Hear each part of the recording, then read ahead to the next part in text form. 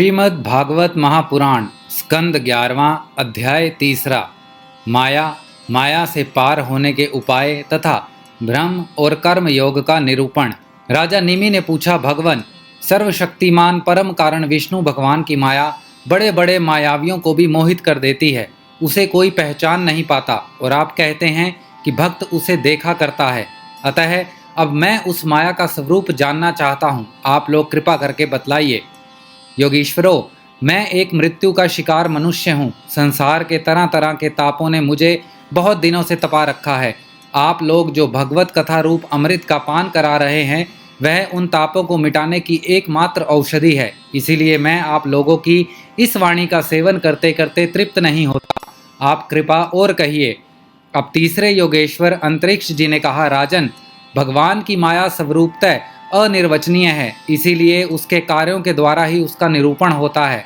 आदि पुरुष परमात्मा जिस शक्ति से संपूर्ण भूतों के कारण बनते हैं और उनके विषय भोग तथा मोक्ष की सिद्धि के लिए अथवा अपने उपासकों की उत्कृष्ट सिद्धि के लिए सर्वनिर्मित पंचभूतों के द्वारा नाना प्रकार के देव, मनुष्य आदि शरीरों की सृष्टि करते हैं, उसी को माया कहते हैं।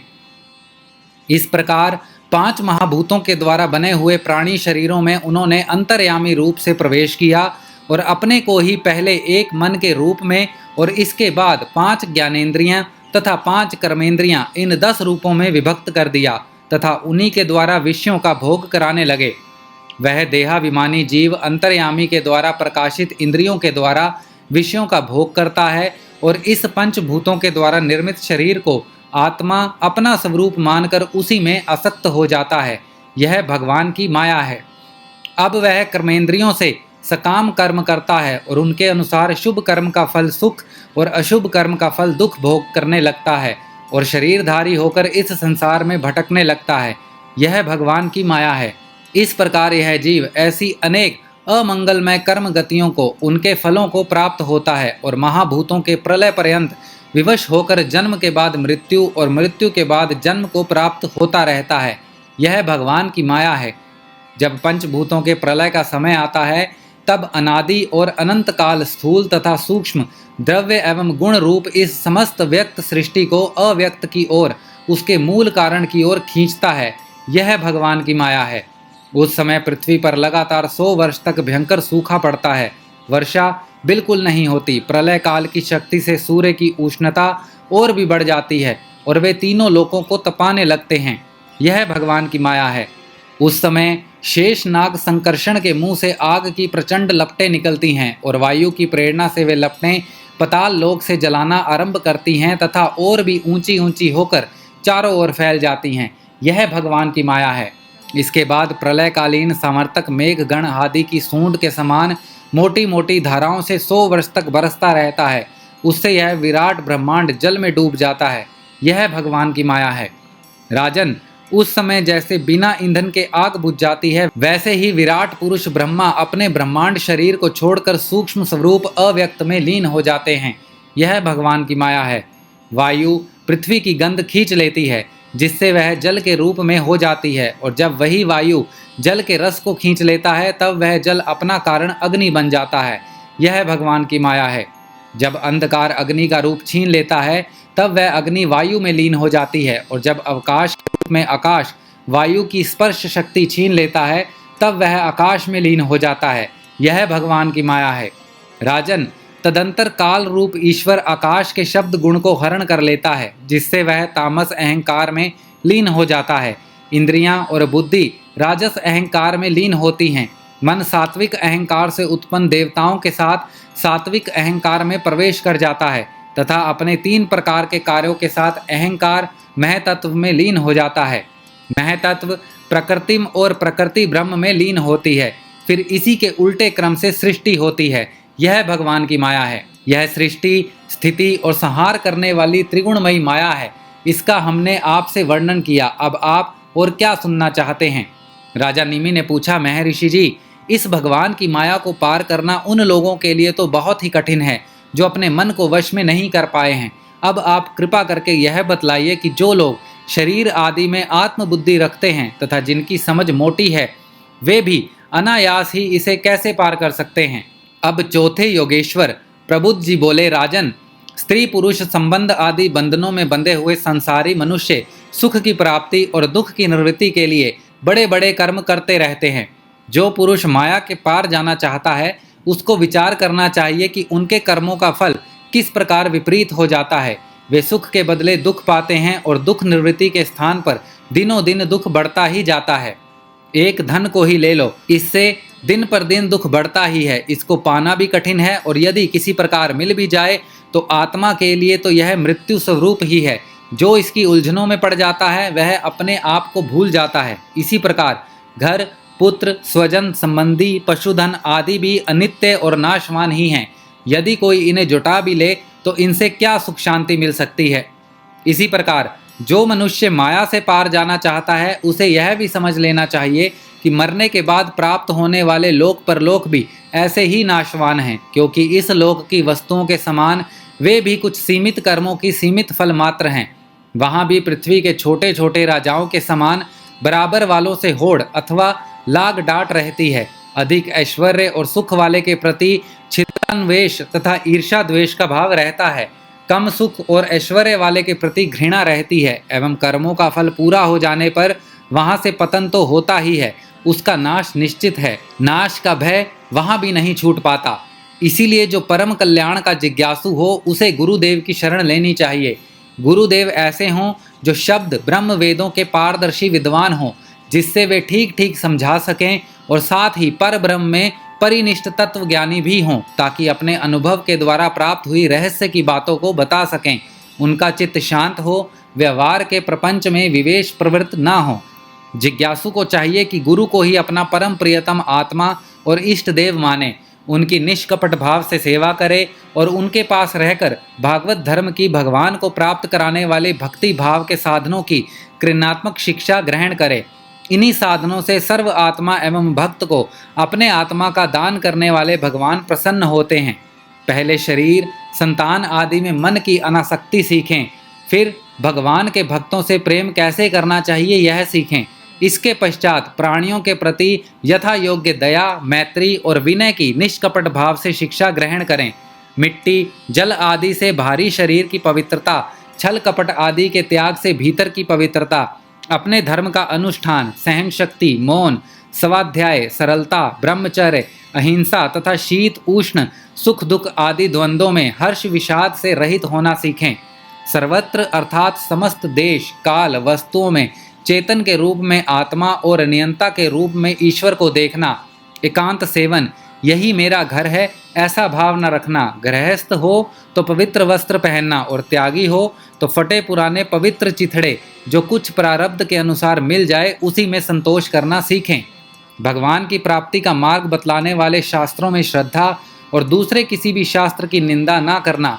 प्राणायाम के द्वारा मन का, मौन के द्वारा वाणी का और वासनाहीनता के अभ्यास से कर्मों का संयम करना। सत्य बोलना, इंद्रियों को अपने अपने गोलकों में स्थित रखना और मन को कहीं बाहर न जाने देना सीखें। राजन, भगवान की लीलाएं अद्भुत हैं, उनके जन्म, कर्म और गुण दिव्य हैं। उन्हीं का श्रवण, कीर्तन और ध्यान करना तथा शरीर में जितनी भी चेष्टाएं हों सब भगवान के लिए करना सीखें।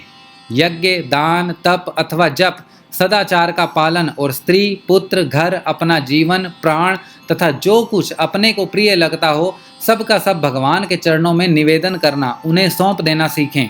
जिन संत पुरुषों ने सच्चिदानंद स्वरूप भगवान श्री कृष्ण को अपने आत्मा और स्वामी के रूप में साक्षात्कार कर लिया हो, उनसे प्रेम और संथावर जंगम दोनों प्रकार के प्राणियों की सेवा, विशेष करके मनुष्यों में भी परोपकारी सज्जनों की और उनमें भी भगवत प्रेमी संतों की करना सीखें। भगवान के परम पावन यश के संबंध में ही एक दूसरे से बातचीत करना और इस प्रकार के साधकों का इकट्ठे होकर आपस में प्रेम करना, आपस में संतुष्ट रहना और प्रपंच से निवृत्त होकर आपस में ही आध्यात्मिक शांति का अनुभव करना सीखें। राजन, श्री कृष्ण राशि राशि पापों को एक क्षण में भस्म कर देते हैं। सब उन्हीं का स्मरण करें और एक दूसरे का स्मरण करावें। इस प्रकार साधन भक्ति का अनुष्ठान करते करते प्रेम भक्ति का उदय हो जाता है और वे प्रेमोदय से पुलकित शरीर धारण करते हैं। उनके हृदय की बड़ी विलक्षण स्थिति होती है। कभी कभी वे इस प्रकार चिंता करने लगते हैं कि अब तक भगवान नहीं मिले, क्या करूं, कहाँ जाऊं, किससे पूछूं। कौन मुझे उनकी प्राप्ति करावे। इस तरह सोचते सोचते वे रोने लगते हैं। तो कभी भगवान की लीला की स्फूर्ति हो जाने से ऐसा देखकर कि परम ऐश्वर्यशाली भगवान गोपियों के डर से छिपे हुए हैं, खिलखिलाकर हंसने लगते हैं। कभी कभी उनके प्रेम और दर्शन की अनुभूति से आनंद मग्न हो जाते हैं। तो कभी लोकातीत भाव में स्थित होकर भगवान के साथ बातचीत करने लगते हैं। कभी मानो उन्हें सुना रहे हों, इस प्रकार उनके गुणों का गान छेड़ देते हैं। और कभी नाच नाच कर उन्हें रिझाने लगते हैं। कभी कभी उन्हें अपने पास न पाकर इधर उधर ढूंढने लगते हैं। तो कभी कभी उनसे एक होकर उनकी सन्निधि में स्थित होकर परम शांति का अनुभव करते और चुप हो जाते हैं। राजन, जो इस प्रकार भागवत धर्मों की शिक्षा ग्रहण करता है, उसे उनके द्वारा प्रेम भक्ति की प्राप्ति हो जाती है और वह भगवान नारायण के परायण होकर उस माया को अनायास ही पार कर जाता है, जिसके पंजे से निकलना बहुत ही कठिन है। राजा निमि ने पूछा, महर्षियों, आप लोग परमात्मा का वास्तविक स्वरूप जानने वालों में सर्वश्रेष्ठ हैं, इसीलिए मुझे यह बतलाइए कि जिस पर ब्रह्म परमात्मा का नारायण नाम से वर्णन किया जाता है, उसका स्वरूप क्या है। अब पांचवें योगेश्वर पिपलायन जी ने कहा, राजन, जो इस संसार की उत्पत्ति, स्थिति और प्रलय का निमित्त कारण और उपादान कारण दोनों ही है, बनने वाला भी है और बनाने वाला भी, परंतु स्वयं कारण रहित है, जो स्वप्न, जागृत और सुषुप्ति अवस्थाओं में उनके साक्षी के रूप में विद्यमान रहता है और उनके अतिरिक्त समाधि में ज्यों का त्यों एक रस रहता है, जिसकी सत्ता से ही सत्तावान होकर शरीर, इंद्रिय, प्राण और अंतःकरण अपना अपना काम करने में समर्थ होते हैं। उसी परम सत्य वास्तु को आप नारायण समझिए। जैसे चिंगारियां ना तो अग्नि को प्रकाशित ही कर सकती हैं और ना जला ही सकती हैं, वैसे ही उस परम तत्व में आत्म स्वरूप में ना तो मन की गति है और ना वाणी की। नेत्र उसे देख नहीं सकते और बुद्धि सोच नहीं सकती, प्राण और इंद्रियें तो उसके पास तक नहीं फटक पाते। नेति नेति इत्यादि श्रुतियों के बाद भी वह यह है, इस रूप में उसका वर्णन नहीं करते, बल्कि उसको बोध कराने वाले जितने भी साधन हैं उनका निषेध करके तात्पर्य रूप से अपना मूल निषेध का मूल लक्षित करा देते हैं। क्योंकि यदि निषेध के आधार की आत्मा की सत्ता ना हो तो निषेध कौन कर रहा है, निषेध की वृत्ति किस में है, इन प्रश्नों का कोई उत्तर ही ना रहे। निषेध की ही सिद्धि ना हो। जब सृष्टि नहीं थी तब केवल एक वही था। सृष्टि का निरूपण करने के लिए उसी को त्रिगुणमयी प्रकृति कहकर वर्णन किया गया। फिर उसी को ज्ञान प्रधान होने से महतत्व, क्रिया प्रधान होने से सूत्रात्मक और जीव की उपाधि होने से अहंकार के रूप में वर्णन किया गया। वास्तव में जितनी भी शक्तियां हैं, चाहे वे इंद्रियों के अधिष्ठात्र देवताओं के रूप में हों, चाहे इंद्रियों के उनके विषयों के अथवा विषयों के प्रकाश के रूप में हों, सब का सब वह ब्रह्म ही है। क्योंकि ब्रह्म की शक्ति अनंत है। कहाँ तक कहूँ, जो कुछ दृश्य अदृश्य, कार्य कारण, सत्य और असत्य है, सब कुछ ब्रह्म ही है। उनसे परे जो कुछ है वह भी ब्रह्म ही है। वह ब्रह्म स्वरूप आत्मा ना तो कभी जन्म लेता है और ना मरता है। वह ना तो बढ़ता है और ना घटता ही है। जितने भी परिवर्तनशील पदार्थ हैं, चाहे वे क्रिया, संकल्प और उनके अभाव के रूप में ही क्यों ना हो, सबकी भूत, भविष्यत और वर्तमान सत्ता का वह साक्षी है, सब में है। देश, काल और वस्तु से अपरिछिन्न है, अविनाशी है। वह उपलब्धि कराने वाला अथवा उपलब्धि का विषय नहीं है, केवल उपलब्धि स्वरूप ज्ञान स्वरूप है। जैसे प्राण तो एक ही रहता है, परंतु स्थान भेद से उसके नाम हो जाते हैं, वैसे ही ज्ञान का होने पर भी इंद्रियों के सहयोग से उनमें अनेकता की कल्पना हो जाती है। जगत में 4 प्रकार के जीव होते हैं। अंडा फोड़कर पैदा होने वाले पक्षी, सांप आदि, नाल में बंधे पैदा होने वाले पशु, मनुष्य, धरती फोड़कर निकलने वाले वृक्ष, वनस्पति और पसीने से उत्पन्न होने वाले खटमल आदि। इन सभी जीव शरीरों में प्राण शक्ति जीव के पीछे लगी रहती है। शरीरों के भिन्न भिन्न होने पर भी प्राण एक ही रहता है। सुषुप्ति अवस्था में जब इंद्रियां निश्चेष्ट हो जाती हैं, अहंकार भी सो जाता है, लीन हो जाता है, अर्थात लिंग शरीर नहीं रहता, उस समय यदि कुटस्थ आत्मा भी ना हो तो इस बात की पीछे से स्मृति ही कैसे हो कि मैं सुख में सोया था। पीछे होने वाली यह स्मृति ही उस समय आत्मा के अस्तित्व को प्रमाणित करती है। जब भगवान कमल नाभ के चरण कमलों को प्राप्त करने की इच्छा से तीव्र भक्ति की जाती है, तब वह भक्ति ही अग्नि की भांति गुण और कर्मों से उत्पन्न हुए चित्त के सारे मलों को जला डालती है। जब चित्त शुद्ध हो जाता है तब आत्म तत्व का साक्षात्कार हो जाता है। जैसे नेत्रों के निर्विकार हो जाने पर सूर्य के प्रकाश की प्रत्यक्ष अनुभूति होने लगती है। राजा निमि ने पूछा, योगेश्वरों, अब आप लोग हमें कर्म योग का उपदेश कीजिए, जिसके द्वारा शुद्ध होकर मनुष्य शीघ्रताशीघ्र परम निष्कर्म अर्थात कर्तव्य कर्म और कर्म फल की निवृत्ति करने वाला ज्ञान प्राप्त करता है। एक बार यही प्रश्न मैंने अपने पिता महाराज इक्ष्वाकु के सामने ब्रह्मा जी के मानस पुत्र सनकादि ऋषियों से पूछा था, परंतु उन्होंने सर्वज्ञ होने पर भी मेरे प्रश्न का उत्तर ना दिया।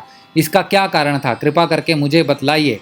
अब छठे योगेश्वर अविहोत्र जी ने कहा, राजन, कर्म अकर्म विकर्म ये तीनों एकमात्र वेद के द्वारा जाने जाते हैं। इनकी व्यवस्था लौकिक रीति से नहीं होती। वेद अपौरुषीय है, ईश्वर रूप है, इसीलिए उनके तात्पर्य का निश्चय करना बहुत कठिन है।